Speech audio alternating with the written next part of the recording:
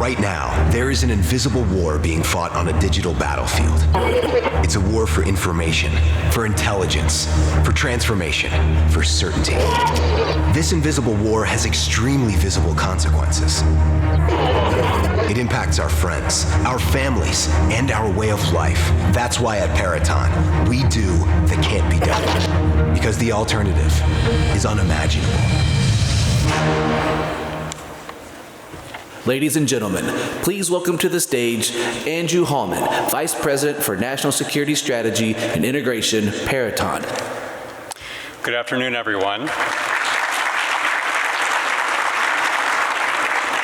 Thank you all for being here today and for being at this summit over the last 2 days. As is evident from what you've heard since yesterday morning and in prior summits, this forum is really an indispensable service for the intelligence community to come together with its private, public, and academic partners to discuss how to strengthen the nation's hand against a broad array of threats. As a premier mission capability integrator, Peraton is committed to programs like this to bring us together to discuss our common challenges, to discover mission solutions working together, to enable our government partners in a whole-of-nation approach to address the threats against us. Given the magnitude of the threats facing our nation and our allies, it's only through our whole-of-nation and whole-of-nations collaboration where we can address the complexity of the threat landscape and deliver those leading-edge solutions for our mission partners. In that spirit, it's a tremendous privilege to work with all of you in securing our nation, and it's my honor to introduce our last speaker for today. Jon Finer is the President's Principal Deputy National Security Advisor and brings a wealth of experience to this summit. He served with distinction for several years at the highest levels of policymaking at the White House, the Department of State, and as a well-studied practitioner of national security in academia, government, as well as a journalist covering a range of iconic conflicts and other issues of critical importance to international security. And we are indeed fortunate to have him with us today to close out our summit. He'll be joined in a moment by the Honorable Leslie Ireland, former Assistant Secretary of Treasury, veteran intelligence officer, corporate and advisory board member, and I can say close colleague and close friend for many years. Please welcome Jon Finer.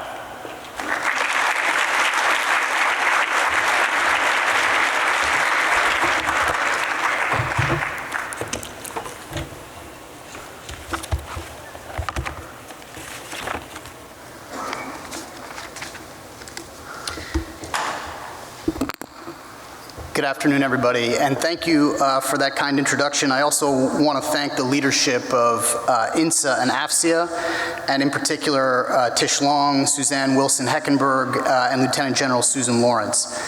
This year's summit has brought together a remarkable array of experts, including many of my close colleagues in the interagency who I know you heard from yesterday, to discuss some of our most pressing challenges, and I'm grateful for the opportunity to speak with you. I am looking forward to discussing a topic that we consider to be an important innovation of this administration, which is how we have approached the interplay of intelligence, diplomacy, and public messaging to address emerging crises. Nearly 2 years ago, we faced a difficult dilemma. As summer turned to fall in 2021, we began to see mounting evidence that Russia planned to invade Ukraine with the full force of its military. 3 decades after the end of the Cold War, the prospect of a full-scale land invasion on the European continent was hard for many of us to imagine, and yet the intelligence picture, while difficult to believe at first, became increasingly impossible to deny. The first trickle of information began in August, and the picture came into focus as we moved into October, when our morning intelligence reading at the White House included assessments such as, and I'll quote, Moscow preparing to take Ukraine if Putin greenlights plan, and Putin probably prepared to risk war over Ukraine. The standard approach to such revelations would have been relatively restrained, quiet intelligence sharing with a handful of allies, careful diplomacy with a larger but still narrow circle of partners, but without disclosing our most sensitive information, and at some point, when the possibility of war was more obvious, a public warning to Russia that did not reveal the extent of what we knew. But we also knew that this was not a standard moment, given the enormous stakes of a major land war in Europe involving a nuclear power and the profound threat to global stability that that would entail. So instead, at the direction of President Biden, we settled on a strategy that had no real precedent and carried more risk. In close cooperation with the intelligence community, we doubled down on transparency and downgraded intelligence for a few reasons: to warn Ukraine, to inform and rally our partners, and to expose Russia's plans so as to deny it the ability to later fabricate some justification for what was premeditated aggression. The deliberate and authorized public release of intelligence, what we now refer to as strategic downgrades, has become an important tool of the Biden administration's foreign policy. This is a tool we have found to be highly effective, but also one that we believe must be wielded carefully within strict parameters and oversight. I will describe the policy framework that has guided our use of this intelligence in this novel way, including the objectives that inform whether and when we seek to downgrade intelligence for policy purposes, the process and guardrails we have established to protect sources and methods, and finally, how we envision using these strategic downgrades moving forward. Let's go back for a moment to when the intelligence community first put us on notice that Russia might invade Ukraine. When we first saw indications of a major buildup of Russian forces on the border, Russia claimed it was just conducting normal military exercises. And many consumers of this intelligence inside the administration initially doubted that war could possibly be President Putin's ultimate intention. In briefings with the president and small meetings in the Situation Room, we wrestled with questions about an approach that seemed to defy logic. Did Russia really believe it could invade, even occupy, all of Ukraine? Could it merely be bluffing and pull back its forces at the last minute, having extracted concessions? And perhaps more important, what did we need to do to prepare if the intelligence turned out to be accurate? As we gained more insight and interrogated the details, our conclusion became inescapable. Russia was indeed preparing for a full-scale invasion of Ukraine. And we were previewing events that could literally change the world. For policymakers, it was a daunting proposition, but it was also a rare moment in foreign policy making where, rather than a 2 a.m. call about events that were already underway, we had some time to prepare for the worst, and we didn't want to waste a minute. So we developed and executed a strategy that saw us confront senior Russian officials privately and directly with what we knew, share more sensitive intelligence with a broader range of allies and partners than we ever had before on virtually any topic, and eventually do what we could to expose the Kremlin's plans publicly.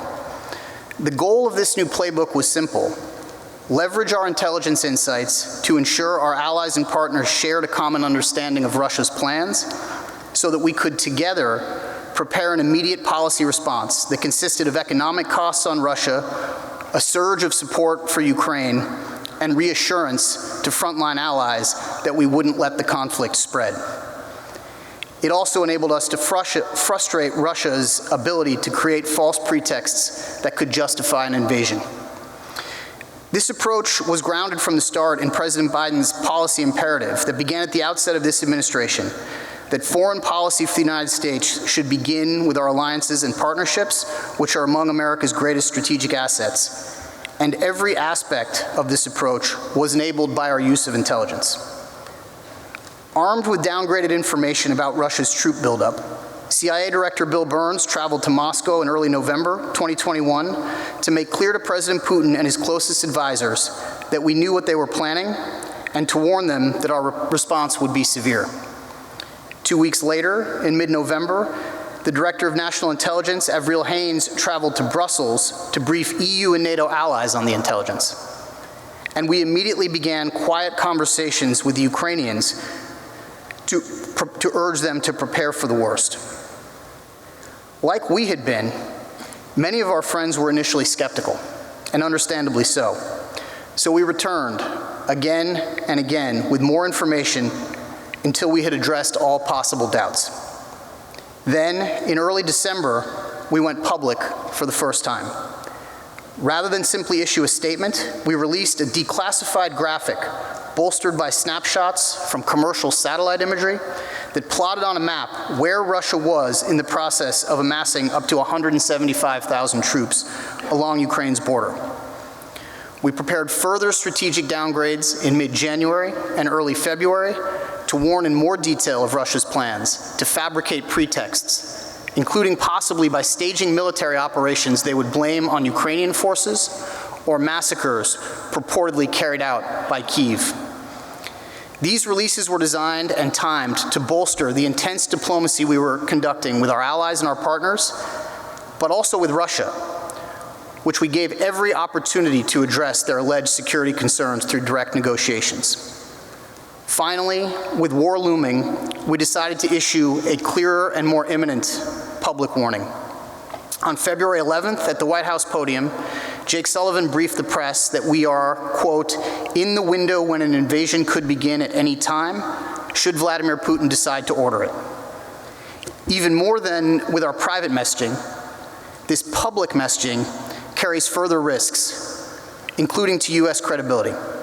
I began my career as a journalist covering the 2003 invasion of Iraq, and the public messaging on the road to that war remained front of mind for many of us 20 years later. But the context and the case that we made this time were totally different. In that same February 11th press briefing, Jake addressed this potential parallel head-on. In Iraq, he said, intelligence was used and deployed from this very podium to start a war. We are trying to stop a war, to prevent a war, to avert a war. And all we can do is come here before you in good faith and share everything that we know to the best of our ability while protecting sources and methods so we continue to get access to the intelligence we need.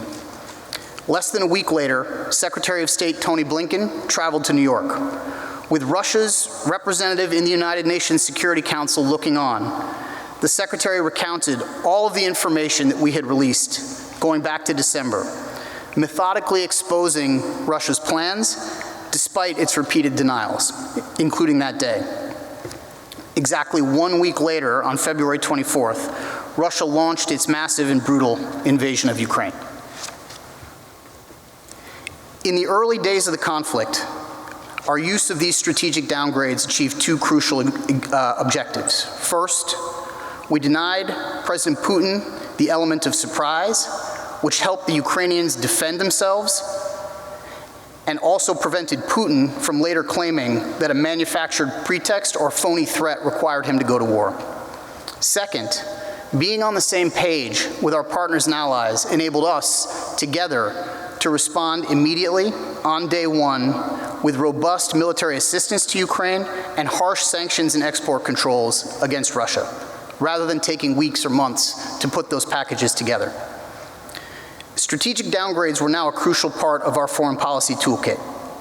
We have since established a clear process for reviewing and approving downgrades, centralized through the National Security Council staff and the Office of the Director of National Intelligence. And to make sure that we are taking acceptable risks for the most desirable foreign policy benefits, we have prioritized key topics for this work, including attacks on civilians and civilian infrastructure so that we can warn the Ukrainians and undermine Russian denials, including Russian false flag operations and other disinformation so the world would know the truth, and including third country military support for Russia to make it as uncomfortable as possible for the Kremlin's potential partners. It's worth spending a moment on two of these three priority categories. First, on Russia's efforts to import foreign weapons. As the war began to turn badly for Russia and their stocks of munitions dwindled, Moscow sought military equipment and support from other countries. But their effort faced a significant vulnerability. Countries willing to provide support to Russia tended to want to do so in secret.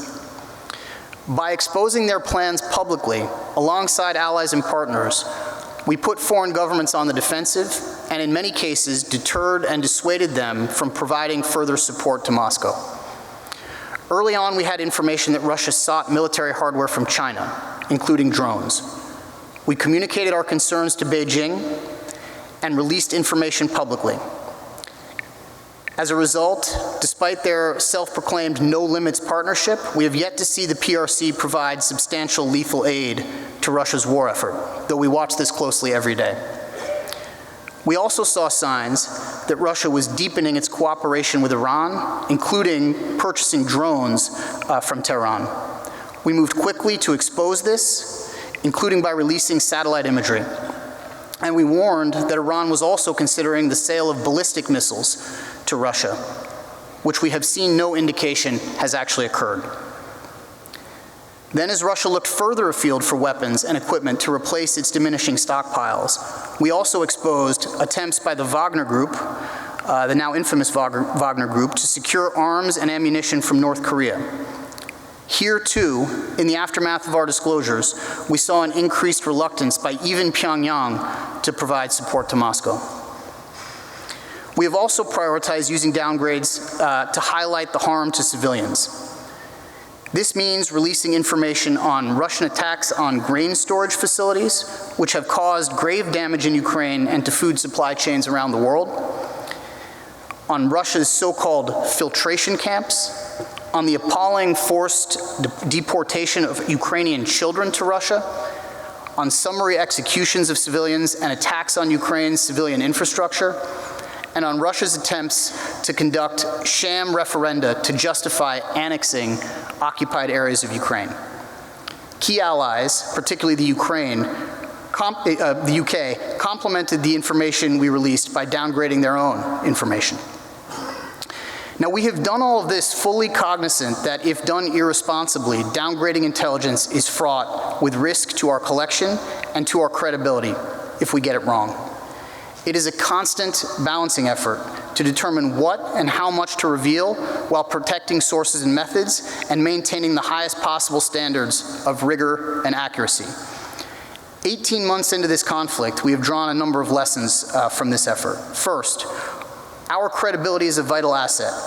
In an information environment plagued by half-truths, exaggeration, and outright lies, what the United States government shares diplomatically and in public must be accurate and based on verifiable reporting. Second, downgrades are most effective when they are part of an integrated approach with our diplomacy, our security assistance, and our economic tools. Third, we recognize that the U.S. is sometimes not the best positioned messenger to deliver this information. Our partners and the media provide important independent voices and views. Fourth, a rigorous and centralized process, coordinated by the National Security Council staff and in close coordination with the intelligence community, has enabled us to act with rigor, agility, and attention to detail. We have been able to make decisions on whether and when to release information based on a 360-degree visibility across the government. It also seeks to prevent creating a permissive environment of uncoordinated or unauthorized releases, and ensures that we maintain a clear record of what has been authorized and what has been approved. Fifth, this effort has required a close partnership with the intelligence community, which provided vital warning and really leaned into this effort, adapted quickly, and worked with us to balance the diplomatic imperative to reveal what we know with the need to protect what they have found. In partnership, we have leveraged all source information, including open source information, including commercially available imagery, to generate authorized downgraded language that could be disclosed to the public. Finally, our ability to warn is only as good as our collection and our insights.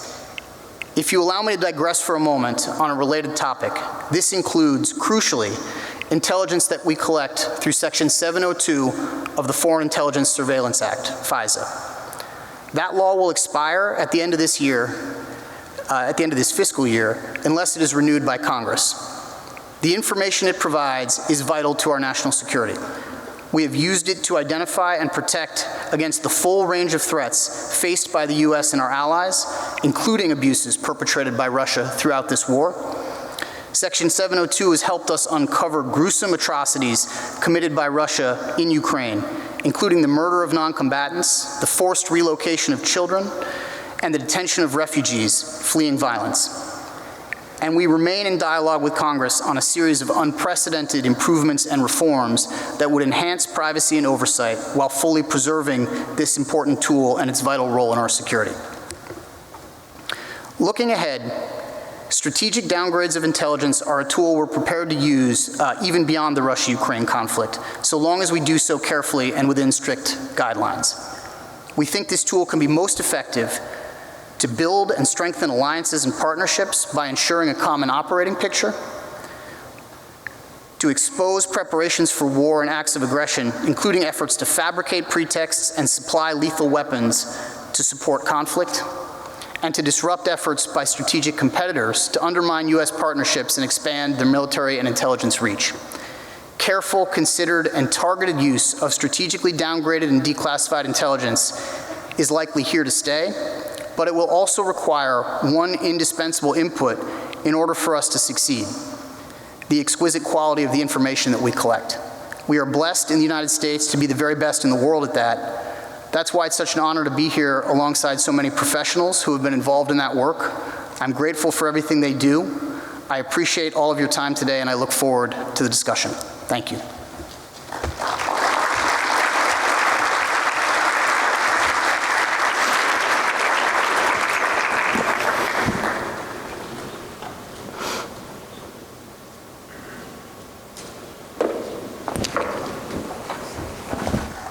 And it's now my pleasure to welcome Leslie Ireland, today's moderator, to the stage. Leslie, over to you. Thank you very much.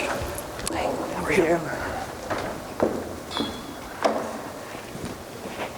Oh, John, thank you.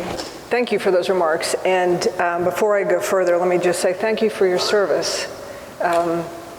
If you've been in government, you know that there's a lot of sacrifice that's involved. And in a position like yours in particular, you are being part of decisions every day that are life and death. And I'm sure that's not without its sacrifices, so thank you very much. Appreciate it. You're welcome. So, and thank you for those comments. I think I had, sitting on the outside now, and having been used to being on the inside, you see what you see in the newspapers, but this really gave a very complete picture of the whole process and the thoughtfulness that went into that, and I appreciated hearing that. You've obviously mentioned that the strategic downgrades are now going to be a tool of U.S. foreign policy with the broader economic, military sanctions, et cetera, and that they need to be employed carefully within strict guardrails and in specific contexts. Can you elaborate on that a bit, please? Sure. I think it goes without saying that one of the things we have been most concerned about is not being seen as essentially giving license or giving permission for people to pursue this sort of approach on their own or ad hoc. That would obviously be quite dangerous if it were not done rigorously, and we obviously live in an environment where people like me are constantly frustrated by the unauthorized disclosure of intelligence information, which is something we obviously just can't tolerate. So it's been important to us to put in place a process that both can move quickly enough to be relevant policy-wise, because sometimes this information is only useful if you can get it downgraded in a rapid fashion, but also does so rigorously enough that our intelligence partners are comfortable that what must be protected has been protected. And so it's a process that we have refined over time, and we think it is important and effective when it's done the right way and also done for the right reasons. It should always be in service of clear policy objectives. It's not like you just get a piece of very interesting information that could sort of, damage one of your adversaries and you decide, oh, that could be embarrassing to them, let's put it out. It should be consistent with and in service of and integrated with a broader strategic approach as it was in the context of Russia and Ukraine. Right. I think that's a really important point that in my experience, rarely is one tool in the toolbox the one that's going to be successful. It has to be a combination and a very coordinated effort. I'm also hopeful that in releasing this information, you will preempt anybody who thinks that that needs to be taken care of that way. So you did that in Russia, Ukraine. Do you envision any other scenarios outside that context where this could be useful? Sure, absolutely. I think I gave in my remarks some of the theories and the areas where we think this kind of information can be most useful. I have to say, I think one place is where forewarning is valuable, either to a country or an interest that could be damaged, where you can give kind of time to prepare, as we were able to do for the Ukrainians in that context. That is one important area, as opposed to, for example, revealing something that has already happened in the past. There may be instances where that's useful too, but I think the former is where we have found kind of the most utility in this approach. But again, the imperative there is that you got to be right, because if you go out with alarming the world that something terrible is going to happen and it doesn't, or you have it wrong, it will be much harder to use the tool effectively the next time. So yes, we fully intend to use this sort of capability outside of the Russia-Ukraine context. We have done it to an extent already. In the case of the infamous Chinese spy balloon, we were able to quite quickly get out into the public with what we thought that was and wasn't, what risk there was or wasn't to our interests and to the American people. In the case, I'll give you another example of the Wagner Group's involvement on the African continent, in particular in Mali. We have been able to point to destabilizing activities that were not publicly known, that were underway, that helped us try to avoid bad outcomes that could have happened otherwise. And so those are just two examples of what I expect over time will be many. Yeah. As a former intelligence professional, I would also think that sharing that information with other governments can help get more intelligence. They will then turn to their sources, they will then turn to their networks, and they'll see what they can do to flesh out what the United States is. Yeah, absolutely. I mean, one of the big incentives, I think one of the achievements really of this administration, and you saw it over the course of the last week, that we feel most proud of is how much we have deepened and strengthened our alliances and partnerships. And part of the value proposition that the United States has is this world-class, kind of best-in-class intelligence service. And when that can benefit other countries and their security as well, it just increases the kind of self-evident value of having close relations with the United States. Right, and that U.S. intelligence is really a reflection of access. It's not a reflection of everything that's out there. So if you can increase that pool of different access, I think you've gone a great way. And you're also right that it goes both ways. There are things other countries know that we don't, and so this enables an exchange. Yeah. One last comment I'll just add to you on this is that you weren't just helping other countries, you were helping corporate America. Any company that had a presence in Russia who could be or Ukraine, who could be reading this in the newspapers, had a better opportunity to prepare for what kind of policy initiatives might be coming, what kinds of actions they might need to take to protect their employees. I'm on the board of directors of Citigroup, and I can just thank you for that, because I think it made a big difference for the way we were able to handle it. Good. I'm glad to hear that. And obviously part of this, especially once you start to go public, is not just in service of kind of helping governments prepare, but helping regular people who might otherwise not be privy to any of this information be able to make their own decisions about what to do if such circumstances are coming their way. Right. Yeah. So I mentioned about access and how critical access is for us. You mentioned about the FISA Section 702 coming to a close or sunsetting here at the end of the year. What is the administration's approach to getting this authority renewed? Yeah, so I guess I'd say two things, two parts to our approach. One is we were making the strongest possible case, and we think the case is actually incredibly strong for how valuable FISA is. We're making a slightly different case than has been made in previous rounds of reauthorization of Section 702, in part because we think the most valuable uses of this tool have evolved over time. This used to be primarily, demonstrated as a counterterrorism tool. Mm-hmm. Now we think it is actually central to our work to compete with and counter some of what the PRC is doing. Certainly, I described its value in the context of Russia and Ukraine. It has real value in identifying foreign sources of precursors of fentanyl and other narcotics of concern, and it has huge value in enhancing our cybersecurity. And so it's those kind of new and emerging areas where we are explaining with very clear, very detailed vignettes of previous uses how valuable this tool is, which, by the way, information derived from Section 702 is responsible for more than 60% of articles that appear in the President's Daily Brief every morning. So this is really essential. But the other case that we're making, which is equally important, is that we are prepared to be responsive to what many members of Congress have called for and many people in our own administration strongly support, which is enhancements to oversight and privacy protections under Section 702. We're in close dialogue with Congress about a number of steps that we have already taken that we would be willing to codify, and about a number of additional steps that we would look at building into reauthorization as it comes up for consideration by Congress later this year. Again, I think that's critical, what you're doing. I think having that kind of access is going to be crucial to continued success that the intelligence community has.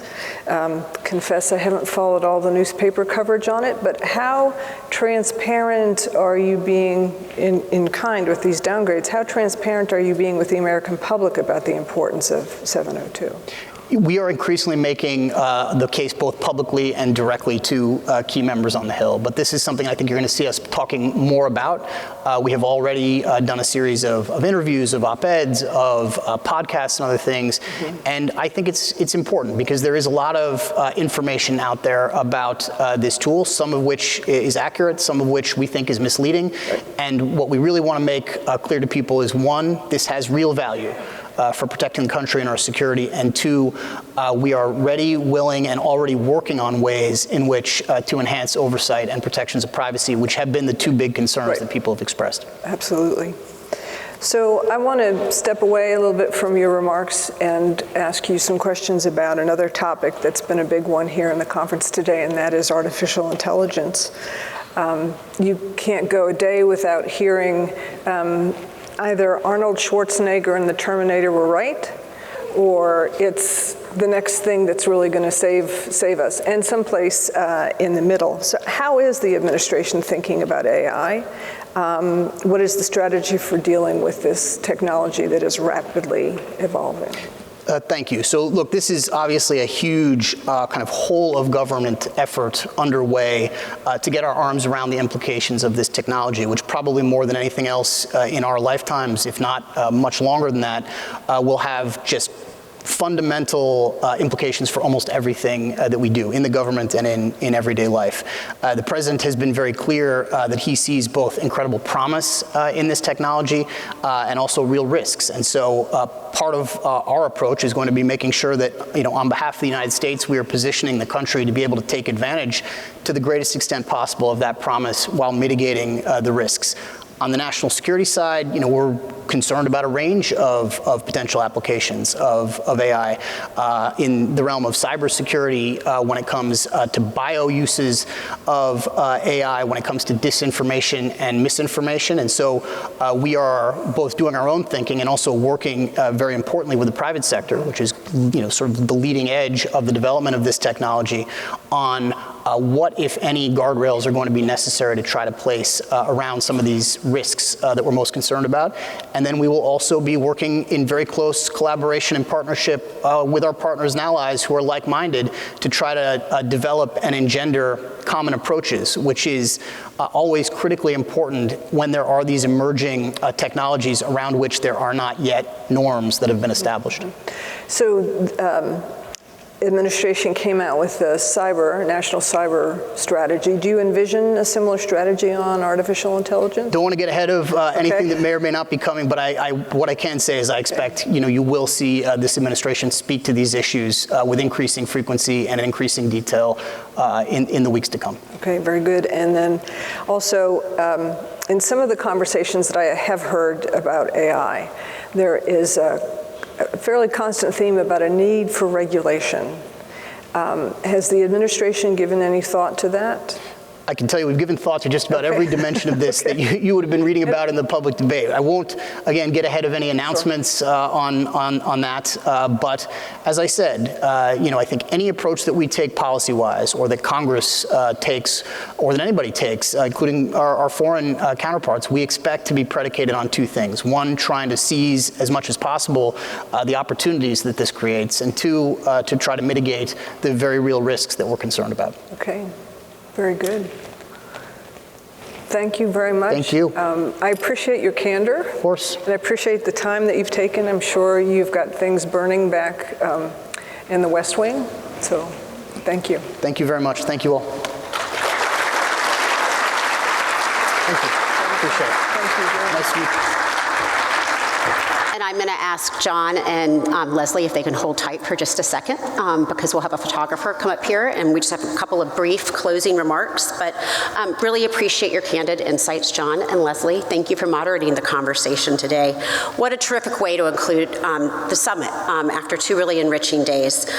Please join me in another round of applause for our closing speaker and moderator, as well as the other IC leaders who have joined us over the past couple of days.